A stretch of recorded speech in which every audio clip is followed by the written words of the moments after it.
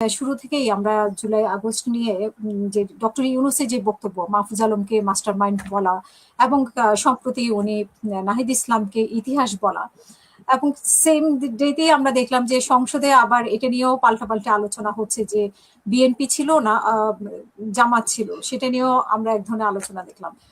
জুলাইয়ের এই যে 2 বছর পরেও এই কৃতিত্বটা নিয়ে কেন এত মাতামাতি, বা মাতামাতি বলতে আমি বলছি যে এটা নিয়ে কৃতিত্ব নিয়ে কেন এত কথা?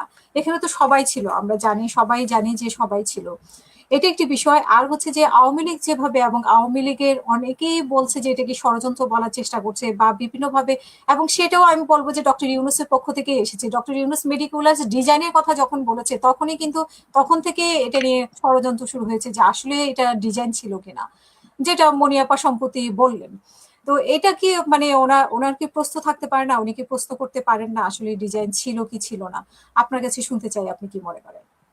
দেখেন, যেই কথাটা আপনি বলছিলেন, এই যে এই প্রসঙ্গ নিয়ে আমরা কথা বলছি যে জুলাই নিয়ে বিতর্ক কেন, আমি একটু পেছনে ফিরে যাই। 17 বছর আওয়ামী লীগ তার বিরোধী যত রকম মতবাদ আছে সবাইকে, কাউকে পকেটে নিয়ে ফেলেছে, কাউকে দমন নিপীড়ন নির্যাতনের মাধ্যমে তারা যেই রাজত্ব, যেই স্বৈরতন্ত্র কায়েম করেছিল সেইটা ভেঙে দিয়েছে এই 24-এর গণ অভ্যুত্থানে ছাত্র জনতার নেতৃত্বে সাধারণ জনতা। এই সাধারণ জনগণ কোনো রাজনৈতিক উদ্দেশ্যে, কোনো রাজনৈতিক কারণে, কোনো রাজনৈতিক সংশ্লিষ্টতার সাথে তারা রাজপথে নামে নাই। তারা এই রাজপথে একজন সাধারণ মা যখন নেমেছে তখন তিনি দেখেছেন যে একই দিনে আবু সাইদ, ওয়াসিম সহ 6 জন সন্তানকে তারা হারিয়েছে। যেই সন্তানরা দাবি করেছিল যাতে এই দেশে বৈষম্যের অবস্থান আর না থাকে, তারা তো তখন স্বৈরতন্ত্র বা শেখ হাসিনার পতন চায় নাই। রাজনীতিবিদরাও কিন্তু তখন তাদের রাজনৈতিক স্বার্থকে ভুলে গিয়ে আপা বলছিলেন যে আমরা কিন্তু তখন ফ্রন্টলাইনে আসি নাই, যাতে এই অভ্যুত্থানটা কোনো অবস্থাতেই একটা রাজনৈতিক রূপ না পায়। সেই উদ্দেশ্যে উনারা কিন্তু রাজনৈতিক ব্যানার উনাদের থাকলেও সেই সময় এই ক্রেডিটের রাজনীতিটা উনারা করেন নাই। উনারা মানুষের স্বতঃস্ফূর্ত অংশগ্রহণকে সম্মান করে উনারা সহযোগিতা করার জন্য পেছন থেকে বলেন বা সাথে থেকে বলেন, আমি তো বলবো সাথে থেকেই উনারা সেই সহযোগিতার হাত বাড়িয়ে দিয়েছিলেন। সুতরাং আমার মতে জুলাই হচ্ছে সর্বসাধারণের। জুলাই আপনার একার না, আমার একার না, কোনো রাজনৈতিক দলেরও না।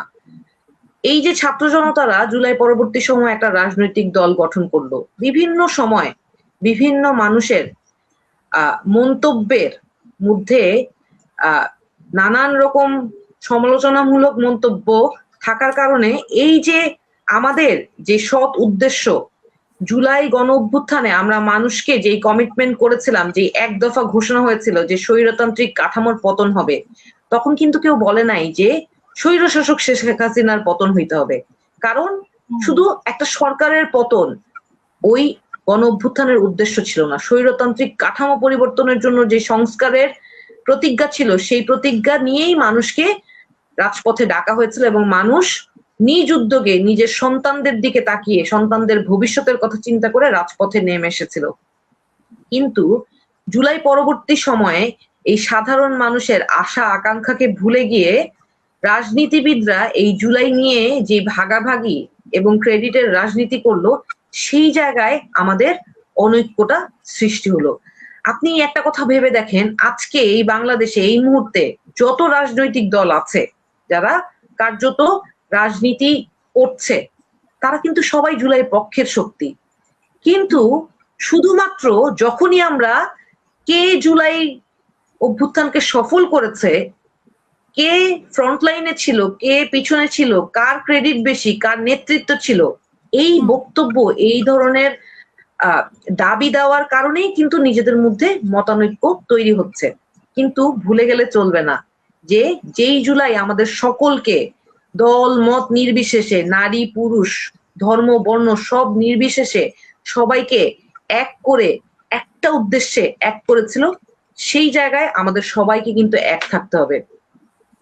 আমি সরকারি দলের, ক্ষমতাসীন দলের বিরোধী অবস্থানে থেকেও আমি সরকারকে সমালোচনা করি, তার মানে এইটা না যে আমি পতিত শক্তিকে আমি আহ্বান করব, বা আমাকে আমার আমার বয়ানকে, আমার জবানকে দমন করার জন্য ক্ষমতাসীনরা পতিত শক্তিকে ফিরিয়ে আনবে, এইটা যাতে আমরা কোনোভাবেই হইতে না দিই।